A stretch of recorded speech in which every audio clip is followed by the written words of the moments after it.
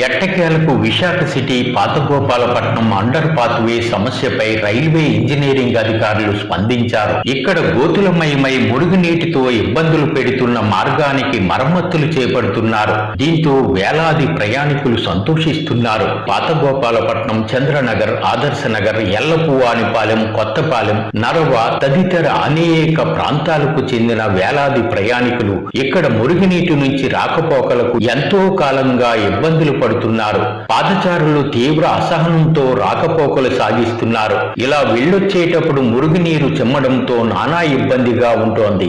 పాదచారులు మురుగునీటి మార్గాన్ని దాటడానికి సాహసాలు చేయాల్సి వస్తోంది. ఇలా ఉన్న సమస్యను రైల్వే అధికారులు పట్టించుకోలేదు. ఇది కేంద్ర ప్రభుత్వ సమస్య అని జీవీఎంసీ అధికారులు కూడా పట్టించుకోలేదు. దీనికి బాధ్యత వహించాల్సిన విశాఖ ఎంపీ శ్రీభరత్ దృష్టికి తీసుకువెళ్లే ప్రయత్నాలు జరగలేదు. దీనిపై గత డిసెంబర్ 1వ తేదీన గాంధీ న్యూస్ ఛానల్లో ప్రత్యేక కథనం వెలువడిన సంగతి తెలిసిందే. ఈ కథనాన్ని పలువురు ఎంపీ శ్రీభరత్ దృష్టికి తీసుకువెళ్లారు. రైల్వే ఉన్నతాధికారుల దృష్టికి కూడా ఈ కథనం వెళ్ళింది. మొత్తం మీద ఉన్నతాధికారుల ద్వారా రైల్వే ఇంజనీరింగ్ అధికారులకు ఆదేశాలు రావడంతో ఎట్టకేలకు సోమవారం నుంచి పాతగోపాలపట్నం అండర్ పాత్వే మరమ్మతు పనులు చేపడుతున్నారు.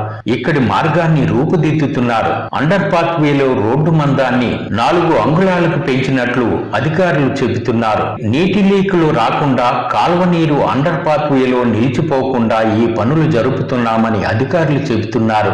ఇలా మరమ్మతు పనులు జరుపుతుండడంతో ప్రయాణికులు ఊపిరి పీల్చుకుంటున్నారు.